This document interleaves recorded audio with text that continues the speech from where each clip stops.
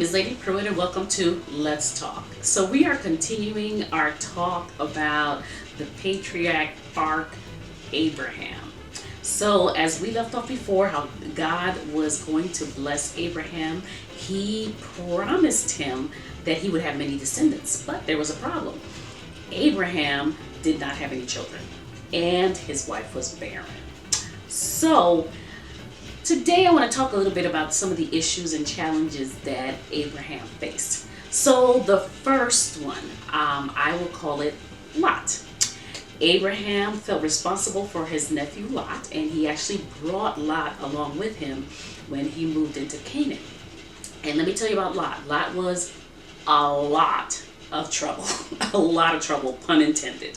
So Abraham had to at one point rescue Lot because he got in trouble.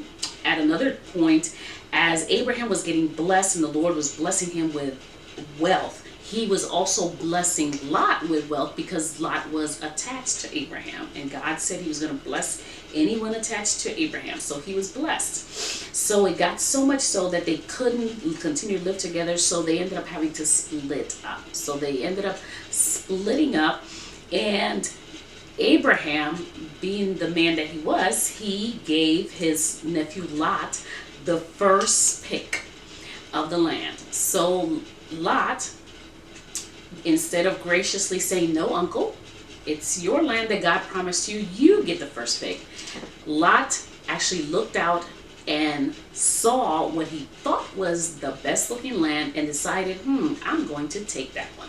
So he decided to pitch his tent towards Sodom and Gomorrah.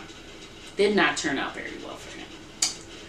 Another issue and challenge that Abraham had to deal with was he had a little issue whenever he left Canaan and with his wife, because his wife, even though she was about 67, maybe 70 now, she must have been a really hot looking 70-year-old woman, because he told her to lie and say that she was his sister, because he said he was beautiful and he was afraid that they would kill him because of her.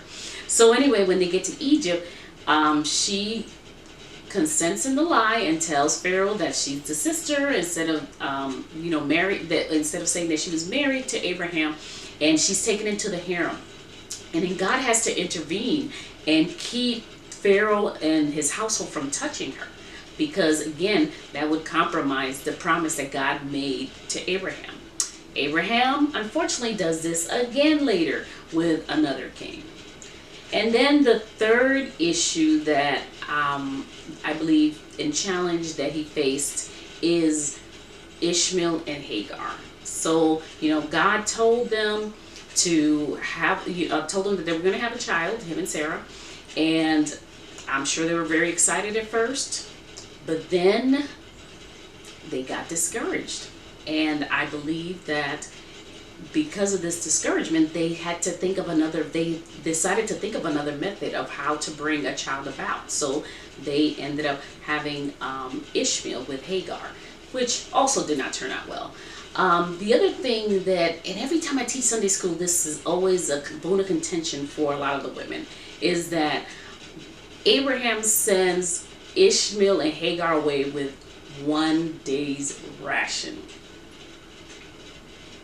By this time, Abraham was super wealthy. He could have sent them off with camels and riches and gold, but he sent them off with one day's ration.